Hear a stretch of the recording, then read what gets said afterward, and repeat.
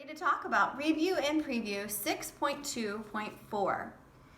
For your first question, 106, it asks you to find both the perimeter and the area of those algebra tile arrangements that you see. Keep this in mind. For part A, if we're talking about perimeter, we're only speaking of all of the side lengths combined. So if it helps you, you could sketch those figures on the back of your answer sheet so that way you can label all of the parts and combine them together, combine your X's together, combine your ones together, and use that for your expression on perimeter.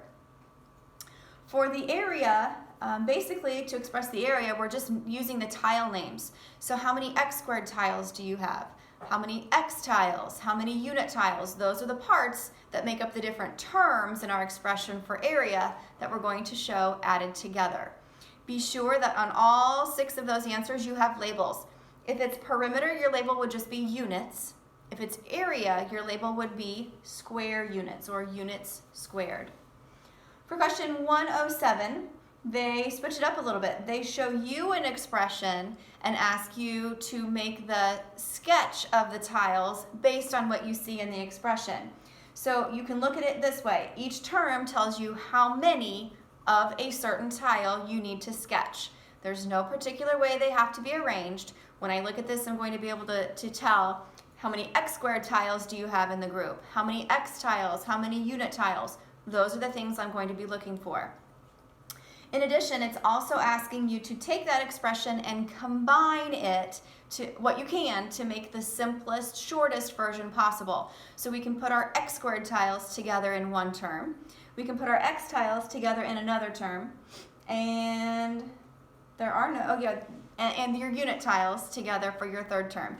So when I have my shortest version in the blank, on my answer sheet, there will be 3 different terms, and my area would be square units. On question 108, they ask you to represent each value by drawing an area model and by using a number line. So for the first one, if it's 1 2/3, and I'm supposed to make a number line, I could show 0, 1, 2. And then I can mark the location of 1 2/3 with a dot where it belongs and then label it up above 1 2/3. For my area model, it's more than 1. So I can set it up this way, and then I would just shade in one whole and then 2/3 of another. And similar idea over here with part B. The only difference is that it's percent. It's more than 100%, so I could label or set my number line up with 0%, 100%, 200%, and then put a dot where 125% belongs and label it up above. Similar idea for your area model, where you're going to have to show one whole and then 25% of another. For question 109, they're giving you a mixed number, and they ask you a couple of questions. They ask you how many eighths there are in 5 5/8. Then they ask you to express it as an improper fraction. So because of the way it's worded, I'm looking for 2 answers. And if I can give as an example, how many fourths are in 2 3/4?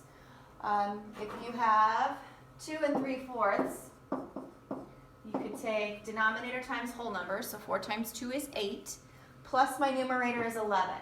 So that means there are 11 fourths in 2 3/4. Then when it asks me to rewrite it with the form and then they have the blank over the denominator, that means my second answer in this case would be 11 fourths. So this is what I'm looking for. How many? And then show me what it would be as an improper fraction. Your last question on 110 gives you some algebraic expressions, and they give you values for those variables. So you've got to take the values for the variables and substitute them in place of those variables in your expression. Be careful when you do that to indicate if it's being multiplied. Make sure you show that in your expression, and then follow order of operations properly. So we're going to multiply before we do any adding or subtracting. Watch out for parentheses if you have anything going on there, but follow order of operations and find out what the final value will be for each of them.